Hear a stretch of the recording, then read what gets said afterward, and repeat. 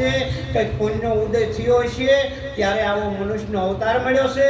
પણ મનુષ્યનો અવતાર મળ્યા પછી એક વસ્તુ હજી બાકી રહી જશે, એ કોઈ ભાગશાળી મળે. બડો ભાગ્ય મનુષ્ય તન પાવા, અતિ સુર દુર્લભ ગ્રંથ ને ગાવા.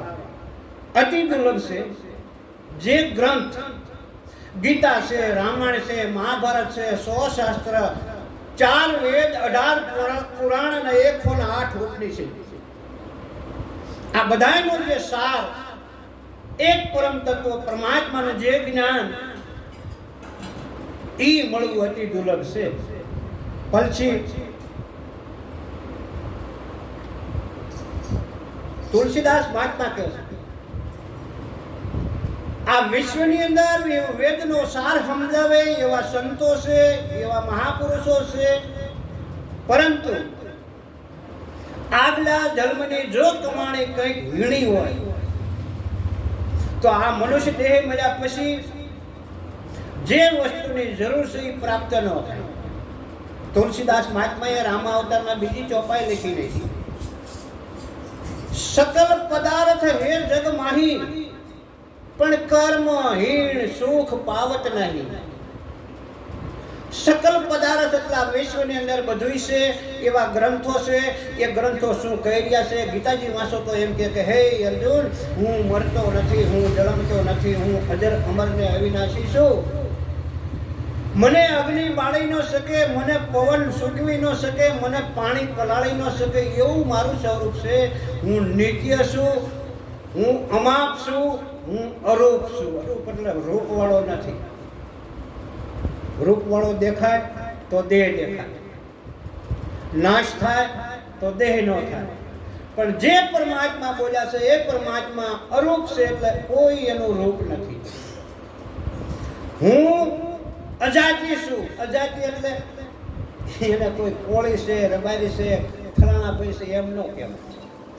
એવો જે પરમાત્મા ગીતાની સાક્ષી અનુસાર જે બોલે છે, રામાયણમાં જે બોલે છે, એનો જે સાર એ ફક્ત મનુષ્ય અવતારમાં જાણી શકાય છે. પણ તુલસીદાસ મહારાજે જે સહી કરી દીધી કે સકલ પદાર્થ હે જગ માહી, બધું છે, જ્ઞાન છે, એવા જ્ઞાન આપવા વાળા છે, પણ કર્મ હીણ સુખ પાવત નહીં.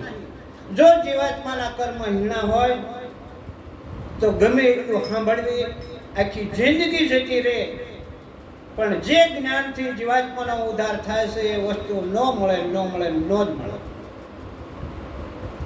જે વસ્તુ જાણ્યા પછી કોઈ પણ જાણવાનું રહેતું નથી, એમ ગીતામાં શ્રી કૃષ્ણ ભગવાન અર્જુનને કહે છે કે હે અર્જુન, આત્મા જ્ઞાન યોગ સર્વોત્તમ શ્રેષ્ઠ છે. એ જ્ઞાન જાણ્યા પછી બીજું કંઈ જાણવાનું રહેતું નથી. અધ્યાય 4 34મો શ્લોક.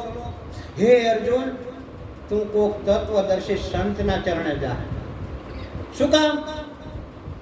એવા તત્વદર્શી સંતના ચરણે જઈ પ્રણામ કરી, હે અર્જુન, આ જ્ઞાન તું જાણી લે. આવું સોખું ગીતાજીમાં લખ્યું છે. ગીતા કા જ્ઞાન સબસે મહાન.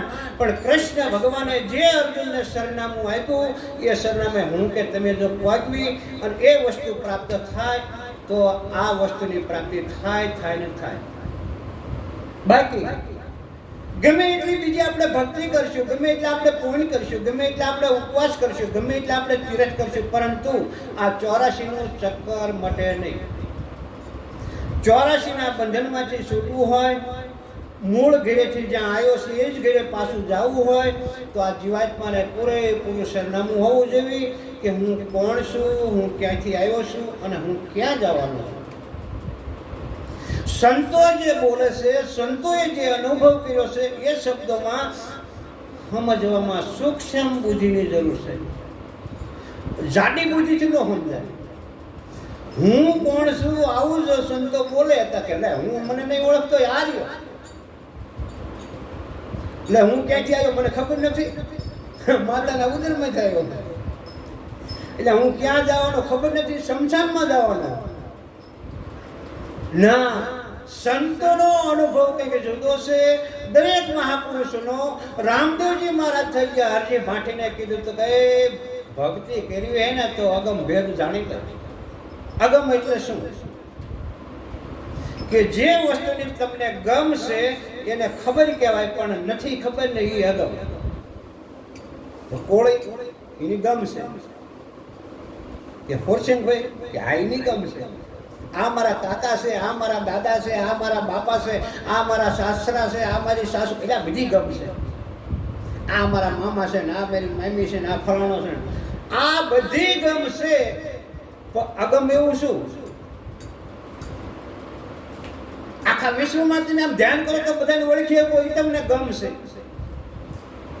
સૂર્યને ઓળખો, ચંદ્રને ઓળખો, તારોડિયાને ઓળખો, જો તમને ગમશે. ગમ એટલે ખબર. દરિયાને ઓળખો, પવનને ઓળખો, પાણીને ઓળખો, અગ્નિને ઓળખો, એ તમને ગમશે. અરે મંદિરમાં જાઓ ને, કોઈ પણ મૂર્તિ હોય તો તમે ઓળખો કે આ રામની છે, આ રામાપીરની છે, આ હનુમાનની છે, આ ગણપતિની છે, આ શંકરની છે. તમે મૂર્તિને હોયથી ઓળખો, તમને ગમશે. અગમ એટલે શું? એ અગમની જ્યાં સુધી ખબર ન પડે ત્યાં સુધી મારા બાપલા ઠીક પડે એટલી ભક્તિ કરજો. ખાલી મન રાજી થશે, જીવ રાજી નહીં થાય. અને મન રાજી થશે પણ એ મન આ દેહ પડ્યા પછી જાશે 84. એટલે સંતોના જે શબ્દો છે કે ફેરા ફરતા 84 ના તું આવે, એટલે ગુરુ વિના તને કોણ છોડાવે? પછી તેને કોઈ પણ ભજન સાંભળો, ભજનની અંદર નામાસર સાંભળો, તો નામાસરની અંદર છેલ્લે છેલ્લે કે દેજો અમને સંત ચરણમાં વાસ. કોઈ રામાપીરની ચરણમાં વાસ નહીં માગે, એ કઈ ભજન. કોઈ માતાજીના ચરણમાં અમને વાસ દીજો એવું નહીં માગે. તમે શબ્દની સામે લક્ષ્ય રાખો. અનેક મહાપુરુષો જે વાણી બોલી ગયા છે અને એ વાણીમાં નામાસરમાં જ્યારે ધ્યાન રાખો એટલે સંતના ચરણમાં વાસ શું કામ માગ્યો હોય છે? સંતના ચરણમાં શું એવું હોય છે? આટલું જો આપણને સમજી જાય તોય ઘણું સારું છે. નકર મહાપુરુષો કહે છે કે આ દેહ ક્યારે પડી જાય કોઈને ખબર નથી. પડી જવાનો એ નક્કી. એક ઘડી પલકી ખબર નહીં કરે કાલકી બાદ. એટલે જીવ માથે જમડા ફરે છે જેમ તેતર માથે બાજ.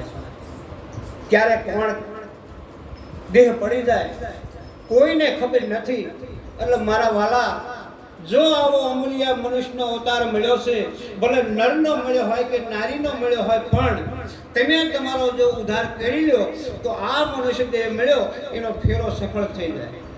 આથી વધારે વિશેષ બોલતો નથી, કારણ કે હજી આપણે 2 મહારાજ બાકી છે. એટલે મારી વાણીને વિરામ આપું. બોલો સદગુરુ મહારાજની.